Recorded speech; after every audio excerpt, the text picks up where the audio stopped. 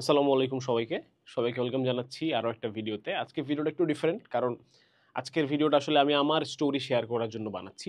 যে আমি কিভাবে আসলে অ্যাডমিশন জার্নিটা পার করলাম এবং কি করছিলাম, কি ভুল করছিলাম সেগুলো নিয়েও আজকে কথা বলবো হালকা পাতলা। সো আমি আকিব আহমেদ প্রত্যয় পড়াশোনা করছি ঢাকা বিশ্ববিদ্যালয়ের ট্রিপল ডিপার্টমেন্টে। সো ঢাবির স্টুডেন্ট হয়ে আ ভার্সিটি ইউনিট নিয়ে বেশিরভাগ গাইডলাইন ভিডিও বানানো হয় আমার। বা ক্লাসও বেশিরভাগ আসলে ভার্সিটি ইউনিটে নেওয়া হয়, ইঞ্জিনিয়ারিং এর খুব কম নেওয়া হয়। বাট আমি কিন্তু মেইনলি ইঞ্জিনিয়ারিং প্রিপারেশন নেয়া মানুষ। ঠিক আছে? অর্থাৎ বুয়েট, কুয়েট, রুয়েট, চুয়েটের যে প্রিপারেশন যেটাকে আমরা ইঞ্জিনিয়ারিং প্রিপারেশন বলে থাকি, সেটাই আমি নিয়েছিলাম। সো কিভাবে ইঞ্জিনিয়ারিং প্রিপারেশন নেয়ার পরে ঢাবির জন্য আলাদা করে কিছু করছিলাম কিনা, কি করছিলাম না করছিলাম সেগুলো নিয়ে আজকের এই ভিডিও। সো বেসিক্যালি আমি যেটা করছিলাম সেটা হচ্ছে যে ইঞ্জিনিয়ারিং ব্যাচে ভর্তি ছিলাম এবং ক্লাসও করতাম নিয়মিত। যেটা একটা ভুল ছিল আমার জন্য। কারণ এছাড়া একটা স্পেশাল ব্যাপার ছিল যে আমি তুখোর ব্যাচের স্টুডেন্ট ছিলাম। সো তুখোর ব্যাচের স্টুডেন্টদের তোমরা হয়তো জানো যে প্রচুর ক্লাস হয় এবং প্রচুর বেশি ক্লাস হয়। অর্থাৎ আমাদের অনেক সময় ক্লাস ৬ ঘন্টা, ৭ ঘন্টা, ৮ ঘন্টা পর্যন্ত আমরা ক্লাস করছি। এরকম রেকর্ড আছে। সুতরাং এটা আমার কাছে মনে হয়েছে যে পরবর্তীতে মনে হয়েছে আরকি যে ঠিক না। কারণ এত বেশি ক্লাস করার আসলে প্রয়োজন হয় না। Admission is all about practice. যত বেশি সেলফ প্র্যাকটিস করতে পারবা ততই বেটার। সো আমি তুখোর ব্যাচের স্টুডেন্ট ছিলাম এবং ক্লাস করতাম, সাথে পরীক্ষাও দিতাম। তো আমি আবার কেমন মানুষ? অলওয়েজ আমি ব্যাকআপ প্ল্যান রাখা মানুষ। আমি সবকিছুতে একটা ব্যাকআপ প্ল্যান রাখতে পছন্দ করি। যে আচ্ছা এটা আমার প্ল্যান এ, এটা আমার প্ল্যান বি। মাঝে মধ্যে plan A, plan B, plan C ও রাখি। সবকিছুতে। এটা মনে করো যে আমি এখন অফিস থেকে বাসায় যাব, এটার জন্য আমার plan A, plan B, plan C আছে। যে আমি উবারে যাব, সিএনজিতে যাব নাকি মেট্রোতে যাব। ঠিক আছে? Something like that. আর এইজন্য মনে করো মেট্রো কার্ডও করা আছে। আবার উবারের জন্য অ্যাপও নামানো আছে। আবার সিএনজিতে যাওয়ার জন্য টাকাও আছে। ক্যাশ টাকাও আছে, বিকাশও টাকা আছে। সো ব্যাকআপ রাখা আর সোজা কথা। সো আমি যখন তখন ভাবলাম যে আসলে আমার জন্য ঢাকার বাইরে যাওয়াটা একটু ডিফিকাল্ট। সো মানে রুয়েট, কুয়েট, চুয়েটে যদি হয় তাহলে it's a bit difficult for me আমার জন্য শিফট হওয়াটা আরকি। কারণ আমি ঢাকাতেই বড় হইছি, ঢাকাতেই জন্ম, ঢাকাতেই বড় হইছি, ঢাকায় স্কুল, কলেজ সবকিছু। সো তখন আমি চিন্তা করলাম যে আচ্ছা ঢাকার মধ্যে যদি আমার আ প্রবাবিলিটি একটু বাড়াইতে হয়, তাহলে আমার সামনে অপশনস আছে হচ্ছে ঢাবিতে পরীক্ষা দেয়া। আর ইঞ্জিনিয়ারিং এর জন্য তো ঢাকাতে হচ্ছে বুয়েট ১ নম্বর চয়েস, এটা তো দিবই। তার সাথে এমআইএসটি আছে। এমআইএসটিতে অনেক আগেই পরীক্ষা দিলাম, চান্সও পেয়ে গেলাম। যদিও আমার পরবর্তীতে সেখানে ভর্তি হইনি। কারণ আমার বড় ভাইরা সবাই বলছিল যে তোর তো বুয়েটেই হবে। ঠিক আছে? আচ্ছা তো তার সাথে আরেকটা চান্স আছে ঢাকার আশেপাশের মধ্যে আইইউটি। সো আইইউটিতে পরীক্ষা দিলাম। আইইউটি, বুয়েট এবং ঢাবি এই ৩ টা পরীক্ষা খুবই অল্প সময়ের মধ্যে হয়েছিল আরকি আমাদের টাইমে। আচ্ছা যাই হোক, ব্যাক টু দ্য স্টোরি। তো তখন আমি ব্যাকআপ প্ল্যান হিসেবে চিন্তা করলাম যে ভার্সিটির প্রিপারেশনটাও নেই। কারণ আমার জন্য বুয়েটে পড়াটাও যেমন অনেক ইম্পোর্টেন্ট, প্লাস ঢাকাতে থাকাটাও important. So why not try Dhaka varsity? That's why আমি ডিসিশন নিলাম যে আমি ঢাবিতেও পরীক্ষা দিব। তো ঢাবিতে পরীক্ষা দেওয়ার জন্য ১ম যে আমি কাজটা করলাম সেটা হচ্ছে আমি উদ্ভাসেই ক্লাস করতাম। উদ্ভাসের এক্সাম ব্যাচ আছে আলাদা। শুধু ভার্সিটি ইউনিট এক্সাম ব্যাচ। সেই এক্সাম ব্যাচটাতে আমি ভর্তি হইলাম। এখন এক্সাম ব্যাচটাতে ভর্তি হওয়া একটা মেজর ডিসিশন ছিল। কারণ কেউ আসলে এই সাহসটা করতে পারতেছিল না যে ইঞ্জিনিয়ারিং ফুল টাইম প্রিপারেশনের পাশাপাশি ঢাবির এক্সাম ব্যাচে আবার ভর্তি হবে। কেন? কারণ আমাদের সময় এরকম ছিল, তোমাদের সময় কিরকম জানি না। ধরো ইঞ্জিনিয়ারিং এর ক্লাস প্লাস ডেইলি এক্সামগুলো হয়তো এরকম সানডে, টুইসডে আর হচ্ছে গিয়ে থার্সডেতে। ঠিক আছে? আর ফ্রাইডে, স্যাটারডে মিলায়া সম্ভবত একটা উইকলি এক্সাম হইতো। আর ওরা ভার্সিটি ব্যাচের শিডিউলটা এভাবে ফেলাইছিল যে মানডে একটা পরীক্ষা, ওয়েডনেসডে একটা পরীক্ষা আর সম্ভবত ফ্রাইডেতে একটা পরীক্ষা এরকম। সো বেসিক্যালি সেক্ষেত্রে আমার এরকম হইতো যে সানডেতে আমার একটা ইঞ্জিনিয়ারিং পরীক্ষা দেওয়া লাগবে, মানডেতে ভার্সিটি, টুইসডেতে ইঞ্জিনিয়ারিং, ওয়েডনেসডেতে ভার্সিটি, থার্সডেতে ইঞ্জিনিয়ারিং, ফ্রাইডেতে ভার্সিটি, স্যাটারডেতে আবার ইঞ্জিনিয়ারিং উইকলি এরকম। সো সপ্তাহে ৭ দিন আমি আসলে পরীক্ষা দিচ্ছি, which was very much pressure. এবং যে কারোর জন্য এটা প্রেশার একটা ব্যাপার। তো তখন আমি চিন্তা করলাম যে আদৌ এটা করবো কিনা, আদৌ এটা ভর্তি হবো কিনা, কারণ তাহলে পড়ার সময় কমে যাবে একদমই।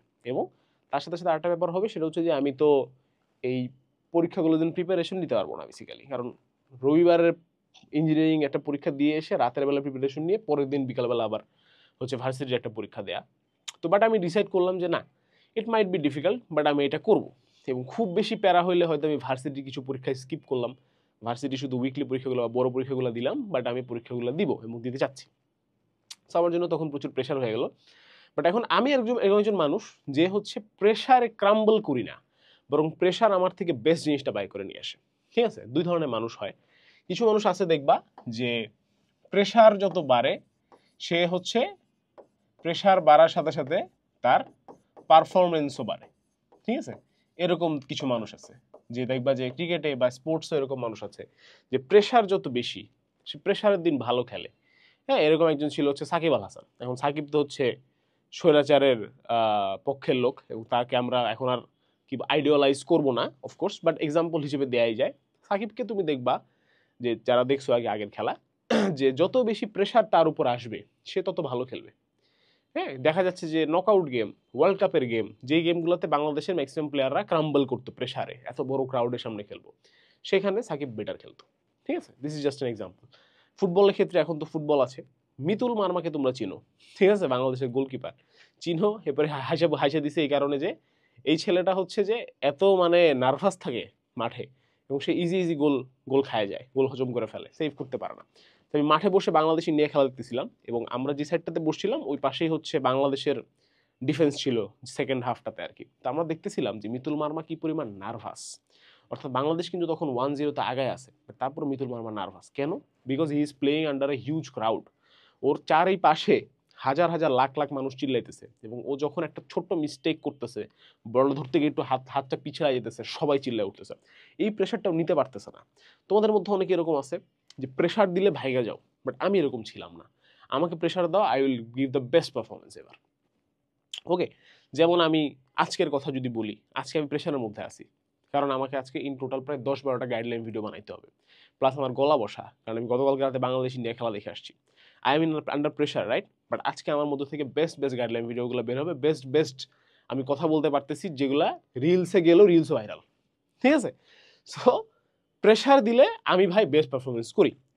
সো আমাকে যখন এই প্রেশারটা আমার মধ্যে আসলো তখন আমি আমার বেস্ট পারফরমেন্সটা দিতে পারলাম এবং দেখা যেত যে ইঞ্জিনিয়ারিং পরীক্ষাগুলো ভালো হচ্ছে, ভার্সিটি পরীক্ষাগুলো ভালো হচ্ছে, দিন রাত মনে করি যে আমি I took it as a challenge এবং কাপা যেতে শুরু করলাম, স্পেশালি ভার্সিটি পরীক্ষাগুলোতে খুবই ভালো পারফর্ম করা শুরু করলাম। এখন ভার্সিটি পরীক্ষাগুলোর জন্য আমি মূলত যেটা করতাম সেটা হচ্ছে আমি ক্যালকুলেটর ছাড়া প্র্যাকটিস করতাম, কোশ্চেন ব্যাংক প্র্যাকটিস করতাম, এই দুইটা কাজ করতাম। ঠিক আছে, ভেরি সিম্পল। সোমবারে যদি আমার পরীক্ষা থাকে, রোববারে ইঞ্জিনিয়ারিং পরীক্ষা দিয়ে এসে পরের দিনের জন্য আমি জাস্ট এই দুইটা কাজ করতাম। যে চ্যাপ্টার পরীক্ষা সেই চ্যাপ্টারগুলোর কোশ্চেন ব্যাংক প্র্যাকটিস করতাম। কোশ্চেন ব্যাংক প্র্যাকটিস করার সময় ক্যালকুলেটর হাতের কাছে রাখতাম না, ক্যালকুলেটর ছাড়া কোশ্চেন ব্যাংক প্র্যাকটিস করতাম। এবং আমি কোশ্চেন ব্যাংক প্র্যাকটিস করার সময় বেশ কিছু ইন্টারেস্টিং জিনিস খেয়াল করলাম। যে ইন্টারেস্টিং জিনিসটা আমি যখন ক্লাস নেই তখন আমি তোমাদেরকে দেখাই, যারা ক্লাস করছো তারা জানো। সেটা হচ্ছে আমি দেখলাম ভার্সিটির অ্যারাউন্ড 50-60% কোয়েশ্চেন্স অ্যাকচুয়ালি সলভই করা লাগে না। ভাই এটা কেমন কথা বললেন, সলভ না করে কীভাবে অ্যান্সার করবো? ইয়েস, ইন্টারেস্টিংলি আমি দেখলাম যে কোয়েশ্চেনের অপশনগুলোর মধ্যে এমন কিছু ক্লু দেয়া আছে যেগুলো দিয়ে you can simply answer it. হ্যাঁ, কিছু কোয়েশ্চেনে দেখা গেল যে বড় একটা ইকুয়েশন সলভ করতে হবে, ক্যালকুলেটর ছাড়া করাটা খুবই ডিফিকাল্ট। বাট আমি যদি অপশন টেস্ট করি মিলে যাচ্ছে।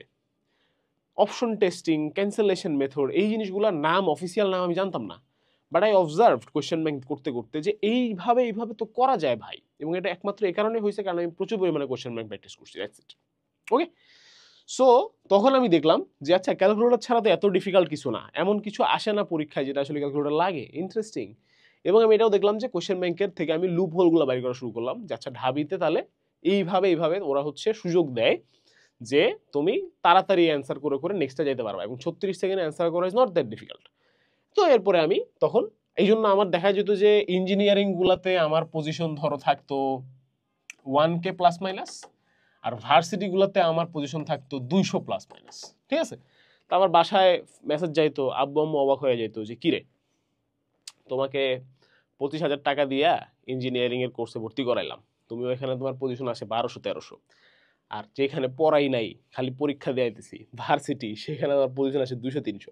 তাই আমি বললাম যে দেখো অ্যাকচুয়ালি ইঞ্জিনিয়ারিং যারা প্রিপারেশন নেয় ভার্সিটিদের জন্য একদম ইজি, জাস্ট একটাই সমস্যা ক্যালকুলেটর নাই। But I somehow figure it out যে ক্যালকুলেটর ছাড়াও কীভাবে ম্যাথ করা যায়, দ্যাটস আমার পজিশন ভালো আসতেছে, সামনে আরও ভালো আসবে এবং এটা সামনে হয়েছে আরও ভালো আসছে পরে। আচ্ছা, দেন একটা ভেরি ইম্পর্টেন্ট ডিসিশন নিলাম আমি আমার লাইফের, সেটা হচ্ছে যে ভাই ইংলিশ দাগাবো নাকি বায়োলজি দাগাবো। কেন? কারণ বায়োলজিতে আমি বরাবরই দুর্বল ছিলাম। আমার নটরডেমের ফার্স্ট ইয়ার থেকেই আমি বায়োলজি আসলে ভয় পাওয়া শুরু করি, এইচএসসি ফার্স্ট ইয়ার থেকেই। এবং আমাদের এনডিসির অনেক ভালো ভালো টিচাররা আমাকে বায়োলজি পড়াইছেন, যেমন একজনের কথা না বললেই না, সে হচ্ছে অ্যাডলিন ম্যাম। ম্যাম সম্ভবত এখন কানাডাতে আছেন। অ্যাডলিন ম্যাম এত সুন্দর করে বায়োলজি পড়াইতেন এবং ওনার ক্লাস আমি খুব মনোযোগ দিয়ে করতাম এবং আমার খুব ভালো লাগতো, বাট আনফর্চুনেটলি আমার কিছু মনে থাকতো না, ঠিক আছে। So biology was a nightmare for me, এবং লাকিলি 21 ব্যাচে ছিলাম, ওইবার আমাদের হচ্ছে 3টা সাবজেক্টের পরীক্ষা হয়েছিল, 4th সাবজেক্ট হয় নাই। সো বায়োলজি ওয়াজ মাই 4th সাবজেক্ট। সো আমার এইচএসসিতে বায়োলজি পরীক্ষা দেওয়া লাগে না, দ্যাটস ওয়াই আমার A+ মিস হয় নাই বায়োলজিতে। বাট আমি শিওর বায়োলজিতে যদি আমি পরীক্ষা দিতাম, there is a huge probability যে আমার হয়তো বায়োলজিতে A+ মিস হইতো, কারণ ছবি আঁকাতে আমি দুর্বল, মুখস্থ রাখাতে আমি দুর্বল। So biology was a nightmare for me. So মোটামুটি ভর্তি পরীক্ষার তখন 1 মাসের মতো বাকি। ভর্তি পরীক্ষার বলতে ঢাবি বুয়েট পাশাপাশি সময় হয়েছিল আমাদের সময়। সো অ্যারাউন্ড 1 মান্থ তখন বাকি। তখন আমি একদিন কোশ্চেন ব্যাংক প্র্যাকটিস করতেছিলাম। প্র্যাকটিস করতে করতে কোনো একটা কারণে আমার মনে হলো যাচ্ছে ইংলিশে কি আসে, ইংলিশ বাংলাতে একটু দেখি না উল্টায়, জাস্ট ফর ফান দেখলাম, এবং ইংলিশের কোশ্চেন দেখলাম আমি কোন একটা বছরের, মনে নেই মেবি 17-18 সালে কোন একটা বছরের, এবং আমি সবগুলো কোশ্চেন নিজে নিজে একটু ফর ফান করা শুরু করলাম। করতে গিয়ে দেখলাম যে 25টা এমসিকিউ আছে ইংলিশে, তার মধ্যে আমি অলমোস্ট 16 থেকে 17টা উইথাউট এনি প্রিপারেশন, লাস্ট 3 মাস ধরে আমি ইংলিশের একটা অক্ষরও পড়ি নাই, and still somehow I managed to get 16 or 17 right. তখন আমি বুঝলাম যে ওয়াও, ইংলিশ তো তাহলে ইজি, ওয়াই নট ইংলিশ। তখন এটা নিয়ে একটু ঘাটাঘাটি শুরু করলাম, সিনিয়র ভাই থেকে জিজ্ঞেস করা শুরু করলাম যে ভাই ইংলিশ দাগালে কি সমস্যা। তো সবাই একটাই কথা বললো, ভাই ইংলিশ তুমি যদি দাগাও তাহলে তুমি হচ্ছে ফার্মেসি, বায়োটেকনোলজি, তারপরে হচ্ছে আর কি আছে জেনেটিক ইঞ্জিনিয়ারিং, বোটানি, জুওলজি, তারপরে হচ্ছে মেবি আরো কিছু সাবজেক্টস আছে এই জাতীয়, এই সাবজেক্টসগুলো তুমি পাবা না। So I was like so what, এই সাবজেক্টগুলো তো আমার টার্গেটই না। আমার টার্গেট তো যদি ইঞ্জিনিয়ারিং ভার্সিটির ইঞ্জিনিয়ারিং অথবা ভার্সিটির ইঞ্জিনিয়ারিং, মানে কি, মানে ডিউতে তো ট্রিপলি আছে, সিএসসি আছে, কেমিক্যাল ইঞ্জিনিয়ারিং আছে, এগুলো পড়বো ভাই, প্যারা কি, ম্যাথ আছে, অ্যাপ্লাইড ম্যাথ আছে, এগুলোতে পড়বো, অসুবিধা কি। সো আই ডিসাইডেড যে আমি আমার আম্মুকে বললাম যে আমি আসলে বায়োলজি দেখাতে যাচ্ছি না, আমি ইংলিশ দেখাতে যাচ্ছি। তখন অ্যাডমিশন পরীক্ষার আছে আর 30 দিন বা 25-26 দিন। সো আমার ফ্যামিলি আমাকে সবসময় হচ্ছে সাপোর্ট করে, that's a very good thing. আমি হচ্ছে মানে পাবলিকলি এই কথাটা স্বীকার করতে চাই যে আমার আব্বু আম্মু সবসময় আমাকে সাপোর্ট করে, তারা কোনো কিছুতেই আমাকে প্রেশার দেয় না। সবসময় তারা আমার যে সিদ্ধান্ত, তারা হ্যাঁ তারা মতামত দেয়, তারা মতামত দিয়ে হয়তো আমার মানুষ একটু ম্যানিপুলেটও করে ফেলে, বাট তারা কখনো জোর করে না যে না তুমি বায়োলজি তাকাবা, তোমাকে বায়োলজি তাকাইতে হবে, বায়োলজি না আসলে তোমাকে তোমাকে ত্যায্য উত্তর করে দেবে, এরকম কখনো বলে নাই। So they R like okay, তোমার যদি মনে হয় যে তোমার ইংলিশ দাগালে ভালো তাহলে দাগাও, আমরা কিছু বলবো না। বাট ওভারঅল তো তাহলে কি হচ্ছে না হচ্ছে এগুলো নিয়ে একটু মানে তারাও একটু টেনশন করলো, তারা একটু কয়েকদিন ধরে কথাবার্তা বললো সবার সাথে, অ্যান্ড দেন আই ডিসাইডেড যে না আমি ইংলিশই দাগাবো। So then I took the decision যে আমি ইংলিশ দাগাবো, and I think this was one of the most turning points of my life. কারণ আমি যদি বায়োলজি দাগাইতাম, ইংলিশে প্রবাবলি আমি 25-এ পাইছিলাম হচ্ছে 21, আর রিটেন যেটা আসছিল without any kind of preparation, রিটেনে আমি সম্ভবত 7 তুলছিলাম 10-এর মধ্যে, without a single line of preparation, কিচ্ছু পড়ি না আমি রিটেনের জন্য, ইংলিশের কিচ্ছু না, বাংলা লিখছি সব, আর এমসিকিউর জন্য পড়ালেখা করছিলাম। So this Mark Wood never be possible in biology ভাই, আমার জন্য অ্যাটলিস্ট। সো দেন যেটা হইলো যে আমি বুয়েটে পরীক্ষা দিলাম, বুয়েটে পজিশন আসলো 1400 সামথিং বা 1600 সামথিং, মেবি 1400 তো নেয়, 1600 সামথিং। আর হচ্ছে গিয়ে ঢাবিতে পজিশন আসলো হচ্ছে 1000 সামথিং, উইচ মিনস আমি ঢাবিতে খুব ইজিলি ইঞ্জিনিয়ারিং পাবো।